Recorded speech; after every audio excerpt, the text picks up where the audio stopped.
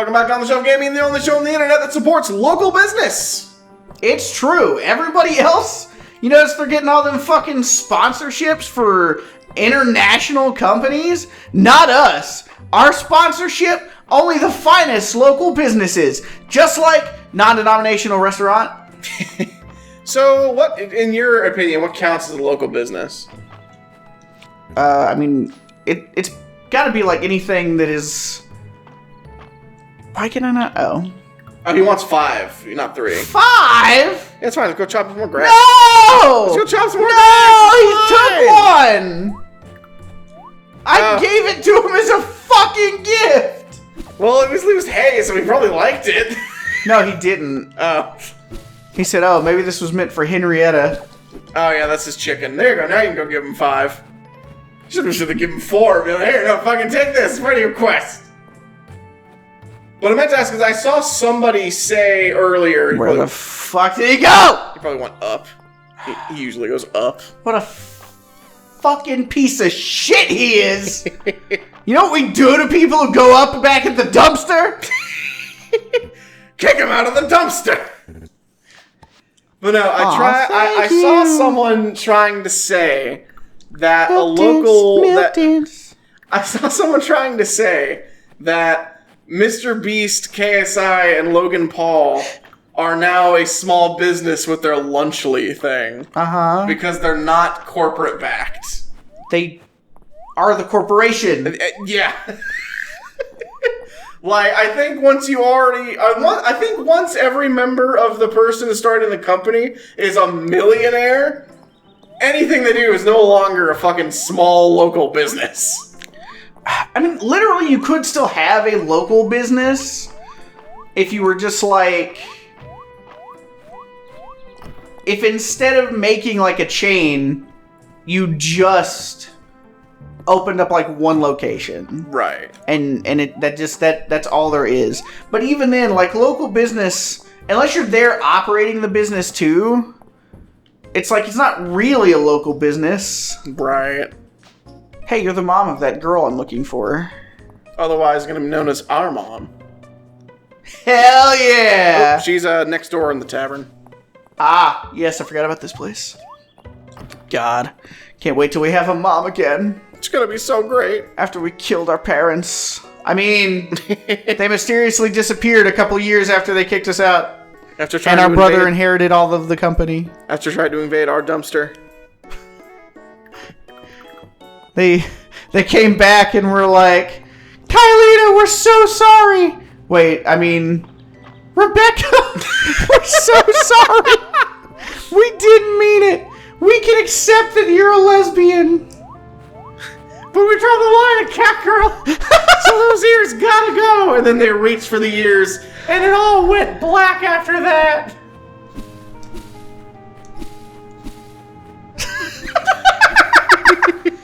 Oh, man. I love Kylita. She's great. She's my favorite character that we've made. Have we made her unoffensive yet by making her more offensive? Did we succeed? No, we just gotta keep doubling down, I think. Hell yeah. I think we're getting close, bro. Yeah, any moment now, these jokes are gonna become totally PC if we just keep making them. I mean, that is the thing, though, right? Like, if you just make one offensive joke, then you just made one offensive joke. Right. But if you make 100 offensive jokes, you just made one really funny joke about offensive jokes. Exactly. Man. Remember that time that Kylita got an entire school of children hooked on heroin by forcibly injecting them with it to try it as her big money-making scheme? She's like, okay, no, I just get them hooked on it, and then while they are, addicted to it, then I'll find a way to get more. Children love being hooked on things. Phonics, heroin, galaxy gas. That was topical, right? Oh, hey, this stuff is even still out here. Hell yeah. God. What drug do you think Kylita would do if they just had, like, their unlimited choice of drugs? Heroin. Yeah, I mean, same. Definitely heroin. And I don't mean to say this and, like, heroin looks like a good time. But one time, when I lived in Washington, the heroin, specifically fentanyl epidemic, is really bad in Washington because it comes like right out of Vancouver. Well, we were watching this little like indie documentary type dealio where this guy found two ladies on the street who were gonna do heroin anyway. Mm-hmm. So he just said, "Hey, can I leave the camera rolling while you guys do heroin?" And they were like, "Yeah, sure," because they were doing heroin. They weren't thinking. Right. And, one lady was having a very bad experience. Like, she was just fucking, like, huddled up against the wall, rocking back and forth. She was in another fucking plane of the universe. Right. But then the other lady, she was having a wonderful fucking time. As she's, like, fucking doing, like, Neo from the Matrix moves, just bending over backwards on the fucking street. And, like, I'd be lying if I didn't say, now that looks like a little fun. Yeah. I'm not saying I'm gonna go do heroin, but I'm saying if I do heroin, I hope I have that lady's time. True. And not the other lady's existential crisis. That is fair. I would agree with you. If I ever coincidentally did heroin for some reason, I sure do hope it's not horrible. Or do you kind of hope it's horrible? Just so that you never don't do it ever again? Want to do it again? I mean, that's how my dad stopped doing acid. I mean, that will do He just had enough bad trips where he's like, I don't think I'm going to do this anymore. Brutal. Have you ever done acid, bro? I've never done acid, and my dad is the reason for that. Because my dad, it's such a two-prone thing. Because like my dad tells me all of his bad trip stories, so I never do acid. But then he also tells me all of his fucking awesome trip stories, and it's like, oh man, that kind of makes me want to do acid, Dad. Yeah. He was telling me one time, two of his worst trips was one time he was out in the woods behind his house with his buddies, and it started to rain, like really bad rain. This is Washington in the rainy season, so it was really bad fucking rain, and they're in the woods, and there was like a fucking stone ornament type thing that was like part of this property of this neighborhood where it was like a big arch with like a little covered area. And my dad's two buddies go in there and they're like, come on, get out of the rain, come on. And my dad, in his fucking fucked up LSD brain, was like, no, I'm not going in there. The fucking devil's in there. And my dad swears to God, he saw the devil just being like, yeah, come in, right in between his two friends. Jesus. So, yeah, he didn't much care for that one. I'm shocked. This second time, he wasn't even the one having a bad trip. They were with one of their buddies had brought his buddy that they had never met before, who just got back from deployment. And, he's getting fucked up. And apparently that guy goes on a bad trip. My dad is not a small man. My dad is a very big fucking guy. He's a gorilla of a man. And my dad says this guy fucking dwarfed him. Well... shit, I forgot I ate it immediately. Well, he and his buddy, they go off to, like, drop acid, and when they come back, my dad's buddy, nowhere to be seen, and this guy is already going through a very bad fucking trip, and he said, I don't remember what my dad said he said, but it was something along the lines of, you guys are fucking with me. And then he said in his fucked up brain, if I see any fucking one of you, I'm gonna fucking kill you. Jesus. And so my dad, not too stoned yet, decides to fucking leave. Understandable. But he didn't want to go the way that they were going because he didn't want to be near that guy. So he went like on a fucking 30-mile round trip around the town to get back home. Jesus. And then he gets back home and he gets a call from his buddies and he's like, hey man, where'd you go? We're having a fucking party at blah blah blah's house. And my dad was like, that dude was gonna fucking kill us. And he said, no man, he's chill. So those two experiences led my dad to stop dropping acid. That is understandable. If I saw the devil, I would be you in. Yeah, I would be hard pressed. Let's be real, bro.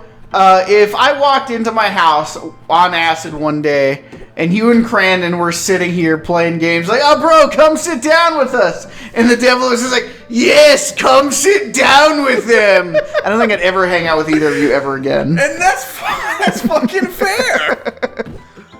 I don't know. On the question of the day, if you saw the devil beckoning you somewhere, would you go? Because there's definitely people on this earth be like, fuck yeah, I want to hang out with the devil. I mean, true.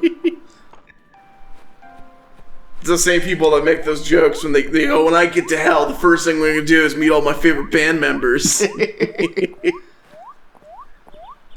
Man, Khalida can jump for fucking days. Oh, I know. Man, remember that time Khalida got a scholarship to college for basketball? But then we were too fucked up to go. Yeah. It's all that heroin, man. It really does shit to you. And you drop acid on the court one time during a game. I was just trying to get in the zone. Just like you told me, coach. It's the zone defense.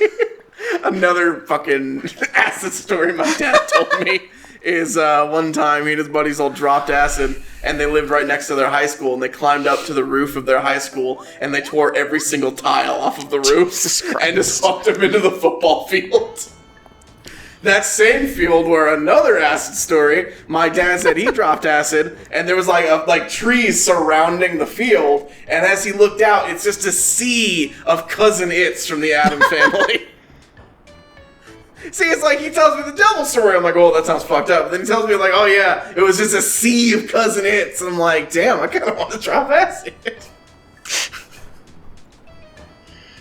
You gonna buy some shit, bro? Maybe. You don't really need it right now. I was gonna say, it doesn't... The problem is they're all like 3 in a row. Yeah, well, just wait until you get to the mines, and then you can mine your own copper. Because you can make all that shit, and it's especially the copper shit. It's the guy nobody fucking likes. Everybody hates that guy. Fuck you, that guy. But once you get the copper, it's way cheaper to just make your own stuff. That's fair.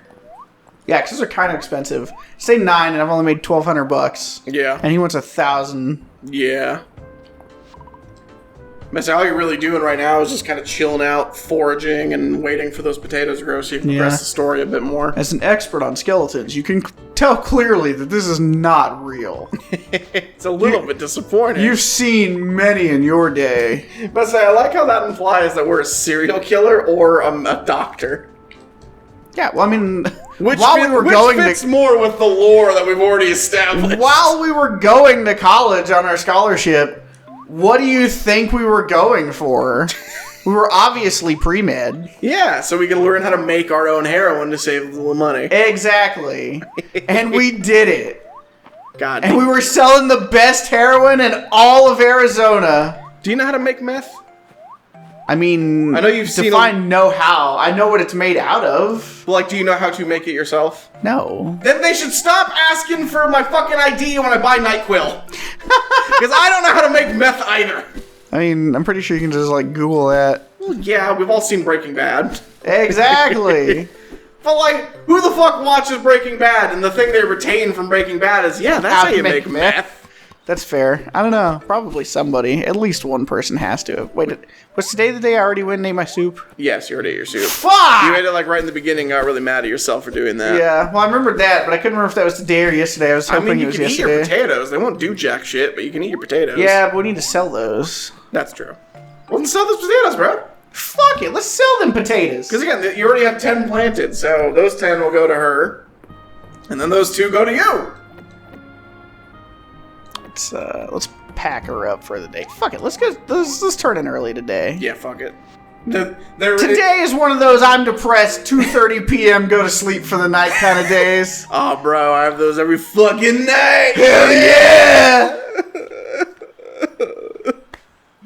Is there a problem over there, Kyle? No, not a thing, Kyle. Thank Who's God. been crying on my face? Just Kyle's like a separate personality. I just rip my shirt off and all of a sudden I'm covered in trashy tattoos. If you take it off normally, they're not there. But when I rip it off while doing the voice, I'm covered in trashy tattoos. And also my hair is really greasy. You 10 what, bro?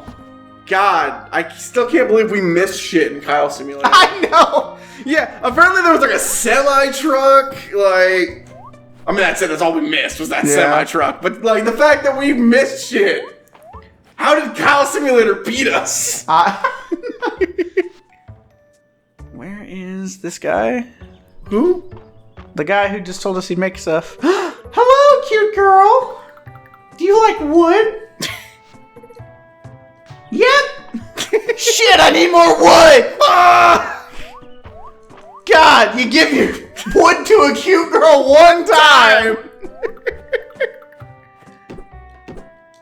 Anyway, save. I'm pretty sure you go to the carpenter shop for this one, so you just head out of town.